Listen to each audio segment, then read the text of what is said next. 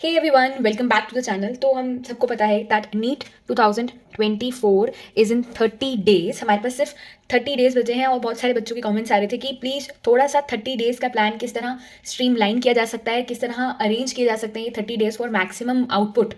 तो वो बता दो, इसलिए I am here with a very short video. मैं आपका ज़्यादा टाइम वेस्ट नहीं करूँगी एंड क्विकली बताऊंगी कि इन 30 डेज़ को कैसे हम यूटिलाइज कर सकते हैं। अब सबसे ज़्यादा बड़ी प्रॉब्लम जो मैंने देखी कमेंट्स में वो थी कि काफ़ी सारे चैप्टर्स हैं जो अभी तक नहीं पढ़े हैं, या फिर कुछ चैप्टर्स हैं जिनसे सारे साल डरते रहे हैं। फिजिक्स में कोई कह रहा था रोटेशनल मोशन है, ग्रेविटेशन है, कुछ ऐसे चैप्टर्स हैं जो टच नहीं करे हैं और इतना ज़्यादा इंटरेस्ट नहीं आता, मतलब उनसे डर लगता है। हाउएवर वो इंपॉर्टेंट भी है। अब नीट में तो हमें पता है हर एक क्वेश्चन से कितनी रैंक्स चेंज होती है, बूंद बूंद से भरे सरोवर वाली बात है नीट में। तो हम अनटच चैप्टर्स के लिए मैंने ये सोचा कि उनको ना करने से बेहतर है कि हम उनके लिए वन शॉट वीडियोज़ देख लें।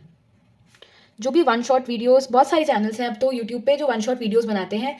आपके जो भी अनटच चैप्टर्स है, सपोज किसी में एनिमल किंगडम, किसी में बहुत सारे नाम लगते हैं नहीं याद किया है, तो आप उसका एक वन शॉट देख लो। बायो में एनिमल किंगडम है, या फिजिक्स में कोई चैप्टर है, या केमिस्ट्री में कोई ऐसा चैप्टर है, कोई ऐसी यूनिट है जो आपने अनटच छोड़ी हुई है। कुछ ना करने से अच्छा है कि आप वन शॉट वीडियोज से जो नॉलेज मिल सकती है वो आप यहाँ पे गेन कर लो। वन शॉट वीडियो के बाद आपको पता है आपको क्या करना है, PYQs जितने क्वेश्चंस बन सके उतने बना लो और बाकियों के कॉन्सेप्ट समझने की कोशिश करो, और जो नहीं समझ आ रहे हैं उन्हें फिलहाल के लिए छोड़ दो। अभी हम अनटच चैप्टर्स के साथ तो बेस्ट यही कर सकते हैं कि वन शॉट से देखें, PYQ सॉल्व करें। थोड़ा सा कॉन्फिडेंस बढ़ाने के लिए टाइम है तो बाकी MCQ सॉल्व करने टाइम है, तो इफ टाइम अलाउज आप बाकी MCQ सॉल्व कर लो। वरना इस टाइम आपको अपने स्ट्रेंथ को और स्ट्रेंथन करने की ज़्यादा नीड होती है। जो वीक चीज़ें हैं उनको बस काम चलाऊ बनाना होता है, तो उसके लिए आप ये कर सकते हो कि PYQs करें एंड MCQ कर लें, वन शॉट वीडियो देख लें अनटच चैप्टर की। और जो आप चैप्टर्स कर चुके हैं उनके ऑब्वियसली आपके पास नोट्स होंगे। नोट्स नहीं होंगे तो कोई सोर्स बुक, हाइलाइट्स, कहीं ना कहीं आपने जहाँ से वो जिस भी रेफरेंस से आपने वो पढ़ा है, जिस भी सोर्स से पढ़ा है, उसकी आपके पास कोई कंपाइल्ड बुक, नोटबुक होगी, वहाँ से आप पढ़ें, उस चीज़ को रिवाइज करें और उसके बाद उसके MCQs करें। सेकेंड, इस टाइम मॉक टेस्ट सब कह रहे थे कि मॉक टेस्ट किस हिसाब से दें। कोई कह रहा था ऑल्टरनेट डेज पे दूँ, डेली दूँ। अगर आपकी प्रिपरेशन वेल एंड गुड है, बहुत अच्छी चल रही है, आपके मार्क्स आपके अकॉर्डिंग जो आपको रैंक चाहिए, जिस तरह का आपको कॉलेज चाहिए, गवर्नमेंट सीट चाहिए, या आपकी स्टेट की जो भी कट ऑफ है, उस हिसाब से आपको आपकी पढ़ाई पेस में लग रही है या ऑलमोस्ट इन पेस, कि मुझे थोड़ा सा ही कुछ चाहिए, तो आप मॉक टेस्ट कर सकते हैं एवरी डे या फिर ऑल्टरनेट डे। देखो बहुत अच्छी प्रिपरेशन चल रही है तो एवरी डे। थोड़ा अगर आपको बूस्ट चाहिए कि मुझे रिविजन्स करने हैं तो alternate day, because 3 hours and then 1 hour for evaluation, और उसको पूरा स्टडी करना। Mock test is a long process of 4 to 5 hours, और उसके बाद जो एग्जॉशन होता है वो अलग। इसलिए एवरी डे सिर्फ वही लोग करें जिनकी प्रिपरेशन बहुत अच्छी हो चुकी है। ऑल्टरनेट डे वो जो थोड़ा सा बूस्ट चाहते हैं, और बाकी बच्चे एवरी 4th डे अपना मॉक टेस्ट सॉल्व करेंगे। एवरी 4th डे तो सबको ही करना है, कैसी भी प्रिपरेशन चल रही हो। बहुत ज़्यादा वीक हो तो PYQs वाले मॉक टेस्ट उठा लेना, वरना किसी भी प्लेटफॉर्म से आपको मॉक टेस्ट इस टाइम हर जगह से अवेलेबल होंगे फ्री में विद आंसर शीट्स। काफ़ी सारे प्लेटफॉर्म है, PW है, नीट प्रेप है, बहुत सारे प्लेटफॉर्म्स हैं। इनके टेलीग्राम चैनल्स आप देखें तो वहाँ पे आपको MCQ क्वेश्चन पेपर्स भी मिल जाएंगे और मॉक टेस्ट एंड उनके सॉल्व आंसर्स भी मिल जाएंगे। उसके बाद आ जाते हैं सब्जेक्ट वाइज पे। ये तो था ओवरऑल क्या करना है। अब जैसे सबसे पहले बात करते हैं, हमारा मैक्सिमम जो कोर सब्जेक्ट है बायोलॉजी, 360 मार्क्स से देखते हैं हम। तो बायो को भी मैंने डिवाइड करा है उन चैप्टर्स में जो हमें आते हैं और उन चैप्टर्स में जो हमारे अनटच्ड हैं। अनटच्ड चैप्टर्स के लिए आपको फिर से वही करना है कि आपको वन शॉट्स देखने हैं और वन शॉट्स के बाद सीधा PYQ सॉल्व करने हैं। वन शॉट एंड फिर PYQs। और जो आपको आते हैं चैप्टर्स उसके लिए आपको NCERT रीड करनी है। इन वन शॉट वाले चैप्टर्स को भी पहले आप वन शॉट में देख के PYQ सॉल्व करके उसके बाद NCERT रीड करेंगे। और जो आपको आते हैं चैप्टर्स उनके लिए NCERT रीड करनी है। बड़े से बड़ा चैप्टर जितना भी बड़ा हो, एक चैप्टर NCERT से 2 आवर्स में मैक्सिमम रीड हो ही जाता है। तो NCERT आपको बार बार रीड करनी है। इनफैक्ट जो 4-5 दिन आखिरी के होंगे, ये मैं हमेशा कहती हूँ, वो जो 4-5 दिन आखिरी के होते हैं जिसके बाद आपको नीट देना होता है, उससे पहले भी आपको पूरी पूरी NCERT रीड करके जानी चाहिए। बिकॉज 1-2 दिन पहले ही पढ़ा होता है, आपको MCQ देखते ही क्लिक हो जाता है। ये पर्सनल एक्सपीरियंस से बता रही हूँ कि 3-4 दिन पहले बायो NCERT 110% प्लीज रीड करके जाना। देन कमिंग टू फिजिक्स हमें पता है कि अभी तक हमने जो भी फिजिक्स पढ़ी होगी उसके डेफिनेटली मैंने आपको बताया था कि फॉर्मूला नोट्स बना के रखना, वरना I have a video on my channel जिसमें मैंने डिस्क्रिप्शन में फॉर्मूला नोट्स दे रखे हैं, अपने खुद के बनाए हुए, और बनाते कैसे हैं भी एक्सप्लेन करा हुआ है। आप अभी भी चैप्टर रिवाइज करते करते साथ में फॉर्मूला नोट्स बना सकते हैं, और नहीं बनाए हैं तो आप उस लिंक से मेरी उस वीडियो पर जाके how to study physics and formula notes की एक वीडियो है, उसमें लिंक दे रखा है, वो आप मेरे फॉर्मूला नोट्स को रेफर कर सकते हैं, उसमें सारे फॉर्मूला गिवन है। उसके बाद मैं बताऊँ, फिजिक्स में आपको डेफिनेटली अपने नोट्स जो भी हैं उन्हें 5-6 टाइम्स रिवाइज करना है। नीट से पहले आपको अपने नोट्स 5-6 बार रिवाइज करके जाने हैं। आई नो इतने क्रिस्प अगर नहीं है नोट्स तो फॉर्मूला नोट्स को ही आप रेफर करें 5-6 बार। अपनी फॉर्मूला शीट जरूर दिमाग में रखें कि आपको एक फॉर्मूला शीट जिसको आप डेली या ऑल्टरनेट डे या फिर एटलीस्ट बिफोर आप मॉक टेस्ट अटेम्प्ट करें, आपको कुछ ना कुछ चैप्टर्स के फॉर्मूला जरूर रिवाइज करने हैं, ऐसे कि आपको सब टिप्स पे रहे ऑब्वियसली, क्योंकि एक दिन पहले होगा ये नहीं हो पाएगा कि आप हर चीज़ रिवाइज करके जा पाओ। उसके बाद आपको सॉल्व करने हैं PYQs एंड MCQs।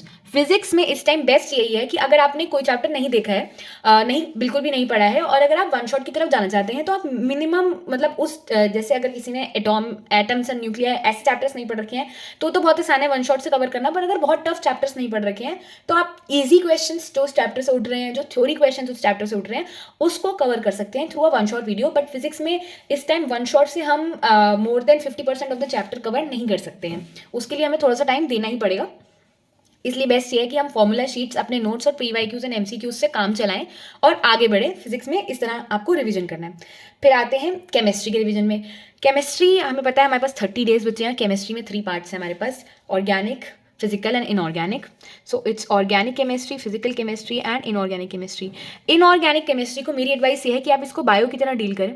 बायो की तरह डील करें मतलब आपको बार बार NCERT रीड करनी है, MCQ सॉल्व करने हैं, NCERT रीड करनी है, MCQ सॉल्व करने हैं। इनऑर्गेनिक केमिस्ट्री एक ऐसी ब्रांच हो गई केमिस्ट्री में कि अभी भी अगर आपने चैप्टर नहीं पढ़ा है, फॉर एग्जाम्पल P ब्लॉक नहीं पढ़ा है, वन शॉट से कवर कर लोगे, MCQ से कवर कर लोगे, एक रीड में तो बहुत अच्छा परफेक्ट बना लोगे उसको। सो इनऑर्गेनिक को बिल्कुल बायो की तरह ट्रीट करो। अभी तक आपने जितना भी पढ़ा है उसे आप NCERT से रिवाइज करते रहेंगे, MCQ सॉल्व करते रहेंगे, जो चैप्टर्स नहीं पढ़े हैं उसे वन शॉट से कवर करेंगे।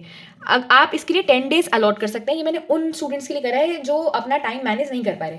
अगर आप टाइम मैनेज कर पा रहे हैं तो आप इनऑर्गेनिक को आपकी जितनी स्ट्रॉन्ग है, जितनी वीक है, उस हिसाब से टाइम दो, वरना 10 good days are enough for entire inorganic, जो टिप्स पे हो जाए इनऑर्गेनिक।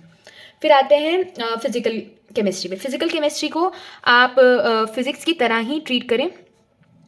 बिल्कुल फिजिकल केमिस्ट्री के भी सारे चैप्टर्स के आपके पास फॉर्मूला नोट्स होने चाहिए। अगर आपके पास फिजिकल केमिस्ट्री के फॉर्मूला नोट्स नहीं है then you can ask me, मैं दोबारा से अपने फॉर्मूला नोट्स बना के फिर से किसी वीडियो के लिंक में डाल दूंगी एंड आप उसको रेफर कर लेना। Because physical chemistry is also more about formulas, तो आपको सारे फॉर्मूले आने चाहिए, उनका रिविजन होना चाहिए बिफोर आप कोई भी MCQ पेपर सॉल्व करें।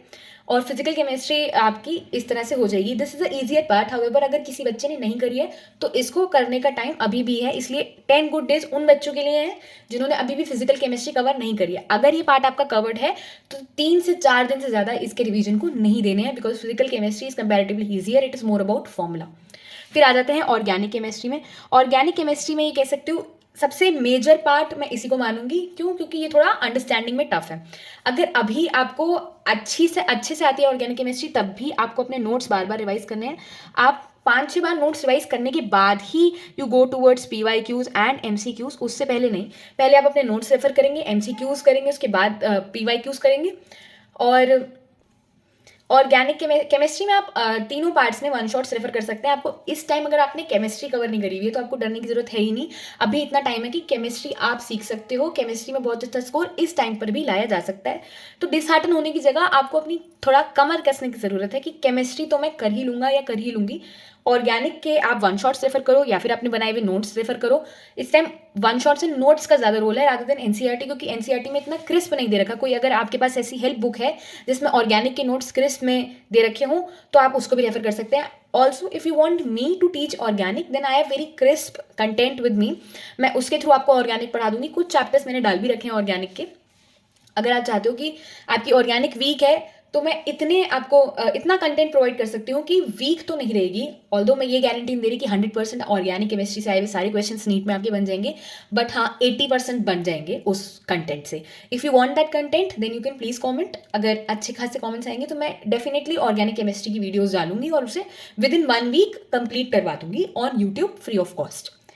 फिर तीनों सब्जेक्ट्स की तो बात हो गई। अब आ जाते हैं आपकी एफिकेसी पे। अब ऐसा हो सकता है कि मैंने एक दिन का टारगेट बनाया कि मुझे 5 यूनिट्स या 5 चैप्टर्स और दिस रिवाइज करने हैं। उसमें कुछ टफ भी होंगे, कुछ ईजी भी होंगे। मुझे पता है कि मेरे पूरे शेड्यूल में कुछ टफ चैप्टर्स होंगे, कुछ ईजी चैप्टर्स होंगे। सपोज मैंने अपना 12 आवर्स या 15 आवर्स स्टडी आपको जैसे भी करनी है उस हिसाब से मैंने शेड्यूल बनाया। तो हमें ये सोचना है कि अगर मैंने आज 5 में से 4 ही यूनिट कंप्लीट कर पाई तो मैं एक कल या फिर कल का सिलेबस जल्दी कंप्लीट करके उस एक यूनिट के लिए टाइम निकाल लूँगी।